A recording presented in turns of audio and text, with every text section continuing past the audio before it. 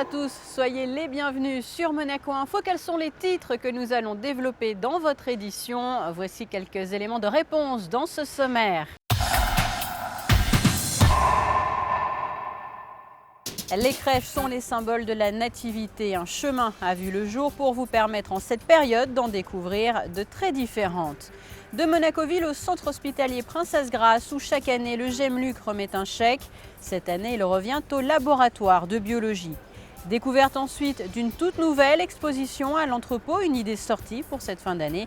Et puis place au sport avec les résultats des disciplines de ce week-end, notamment dans votre mag Actu Sport. Et nous vous proposons donc pour débuter, je vous le disais, de partir à la découverte d'un chemin qui a été mis en place. Il est situé à Monacoville et il va vous permettre jusqu'au 11 janvier de voir des crèches représentant différents continents. Il s'agit d'une initiative de Fabienne Mourou en collaboration avec l'association du Rocher. Vanessa Dessy vous livre plus de détails dans ce reportage. C'est une mise en scène qui fait rêver les bambins et qui donne la nostalgie de l'enfance aux adultes. Un chemin des crèches a pris forme pour la première fois à Monacoville, un joli projet qui est né il y a tout juste un an. Il est né l'année dernière, au temps de Noël, sur la place du Palais, où il y avait pour la première fois depuis longtemps une crèche provençale, de terre bien provençale, que j'ai installée donc sur la place du Palais, avec bien sûr l'accord de notre souverain. Et c'est autour de cette crèche qu'au mois de décembre, l'idée a germé de dire, mais finalement, c'est une beauté, c'est une joie, pourquoi ne pas essayer de faire tout le tour du Rocher en crèche au temps de Noël? Ce chemin des crèches, symbole des différents continents, propose une dizaine d'étapes. La visite prend le départ devant le ministère d'État où se trouve le chalet de l'Europe, vénitien, russe, ainsi qu'un bel hommage aux soldats durant la guerre de 14-18. Le Conseil national accueille derrière sa verrière une belle crèche provençale. La mairie, quant à elle, met à l'honneur l'Amérique du Sud et l'Afrique. Mais l'originalité se trouve véritablement devant la cathédrale de Monaco, où il est possible d'apercevoir des santons en paille. Et le chemin se termine enfin place du Palais Princier. Là, vous avez une crèche immense, provençale, qu'on appelle la crèche des vieux métiers, car ce sont les santons de la collection privée du prince Albert, enfin de la famille Grimaldi, qui sont là. Et vous avez tous les vieux métiers d'autrefois, dont certains étaient bien sûr les vieux métiers de Monaco. Donc c'est une très belle crèche provençale de santons habillés avec des tissus provençaux anciens et également des santons qui viennent d'Aubagne et qui sont des santons habillés de pure tradition provençale. Toutes les écoles de la principauté découvrent peu à peu les différentes crèches pour le plus grand bonheur des tout-petits.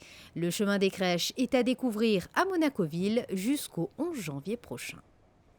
Prenons la direction du centre hospitalier Princesse Grace, où le Gemluc, le groupement des entreprises de Monaco dans la lutte contre le cancer, vient de remettre un chèque d'un montant de 97 000 € en faveur, une nouvelle fois, de l'établissement hospitalier Fabien Bonilla.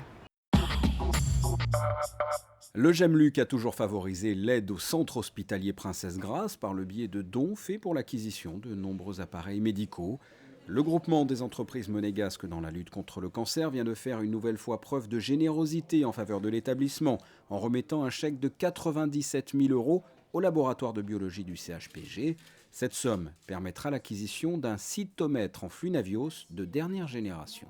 C'est un appareil qui va nous permettre d'étayer notre diagnostic par rapport aux leucémies aiguës, par rapport au lymphome, et donc de rendre un diagnostic de manière plus rapide et de manière plus complète. Ça va être utile dans la mesure où c'est une technologie très complexe qui évolue très vite. Et donc on a déjà un automate de cytométrie en flux au laboratoire, mais qui se révèle déjà un petit peu has-been. Et donc, comme dans toutes ces technologies, ça évolue très vite. Avec ce nouvel automate, on ira beaucoup plus vite, ça sera beaucoup plus sécurisé et standardisé pour rendre des diagnostics qui sont souvent très difficiles à rendre dans le cadre de l'hématologie. Nous avons été sollicités par le docteur Fissor qui nous a dit que ça manquait cruellement en quelque sorte dans le service, que c'était un appareil un peu révolutionnaire qui améliorerait beaucoup tout ce qui est problèmes hématologiques, lymphomes, etc. Et donc nous avons demandé au conseil scientifique ce qu'il pensait de cet achat, qui nous a répondu très favorablement. Depuis 1993, le Gemluc a attribué au CHPG plus d'1 million d'euros permettant l'achat de matériel performant dans la lutte contre le cancer. Vous n'y allez peut-être pas très souvent, cette période beaucoup moins que l'été en tout cas. Pourtant, dans quelques jours, la plage du Larvoto s'apprête à accueillir un rendez-vous traditionnel, celui du bain de Noël. Cette année, il aura lieu le 21 décembre. Les plus courageux pourront y participer pour la bonne cause.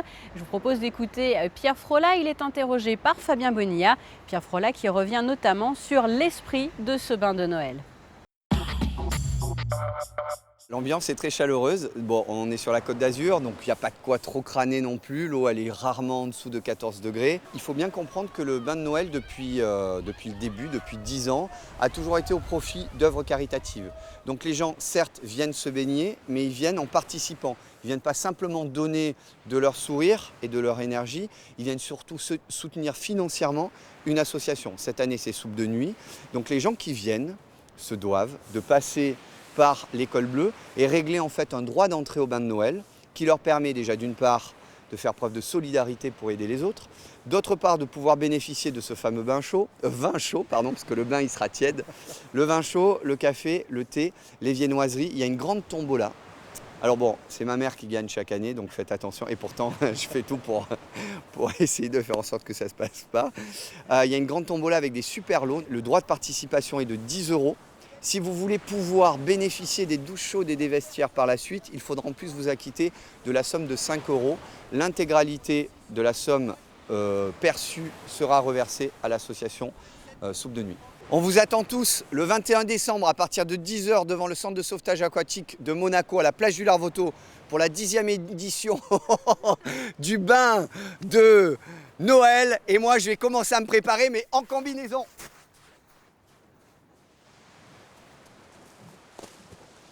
Elle a remporté le dernier Open des artistes et expose pour la toute première fois en principauté. Nathalie Verdier présente Antichambre dans une galerie, celle de l'entrepôt. Christine Datomel s'est rendue sur place. Fascinée par la matière et la scénographie, Nathalie Verdier aime mélanger les genres. Doux, soyeux, rugueux, brillant, griffé, brut, que ce soit sur papier ou sur toile, la matière prend un écho particulier, le tout sur fond musical, la musique étant toujours un peu présente dans ces toiles. Antichambre parce que je travaille beaucoup par rapport à la musique et l'opéra. J'ai fait des décors d'opéra. C'est ma principale inspiration, la musique lyrique, qui me donne cette énergie dans mon travail et cette façon de me mettre en état de faire. Ainsi traitée, la matière devient scénographie et raconte une histoire. L'artiste aime travailler la chaux, cette matière donnant une série à l'effet très naturel. C'est une série assez pure qui est un vertige d'une reine. J'ai appelé c'est un petit peu la princesse qu'on est tout au long de notre vie. Et là, c'est entre l'équilibre et le déséquilibre. Ce sont des grandes robes qui sont prêtes à tomber ou à reprendre vie. Comme dans un jeu de cache-cache, les personnages se font quant à eux discrets, légers, parfois même effacés. Et pourtant, ils parviennent à lier avec le spectateur un attachement si particulier que l'entrepôt vous invite à découvrir jusqu'au 19 décembre. En bref et en images à présent, je vous propose de rester dans le domaine des expositions. N'hésitez pas à profiter de ces fêtes de fin d'année pour découvrir une autre exposition sur la glace cette fois-ci. Des clichés de Rémi Marion exposés le long de la Galerie des Pêcheurs. Le vernissage a eu lieu il y a quelques jours en présence du souverain. Ce nouveau rendez-vous est d'ailleurs soutenu par la Fondation Prince Albert II. En ce mois de décembre, les enfants sont à l'honneur après celui de la mairie et avant le Noël des enfants monégasques au Palais Princier en milieu de semaine. Vous le découvrez sur ces images, la force publique a organisé son arbre de Noël à l'espace Léo Ferré, destiné aux enfants des sapeurs-pompiers et des carabiniers. Noël toujours, mais musique au programme avec ce concert de Noël organisé en présence de son Altesse Sérénissime le Prince Albert II sous le toit de l'église anglicane.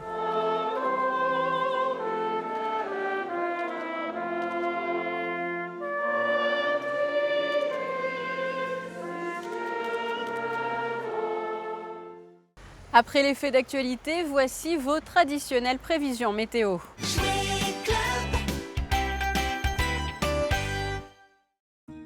Mardi, ciel nuageux et risque d'un peu de pluie dans la matinée, tendance aux éclaircies dans l'après-midi, température comprise de 13 à 15 degrés.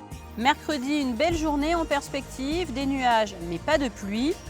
Jeudi, de larges nuages matinaux qui devraient laisser leur place au soleil dans l'après-midi jusqu'à 16 degrés pour les maximales.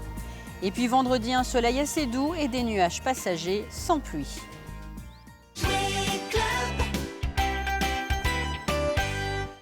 Fin de cette édition. Comme d'habitude, un grand merci à vous de l'avoir suivi. Je vous laisse à présent avec le sport et Émilie Rousseau. À très bientôt.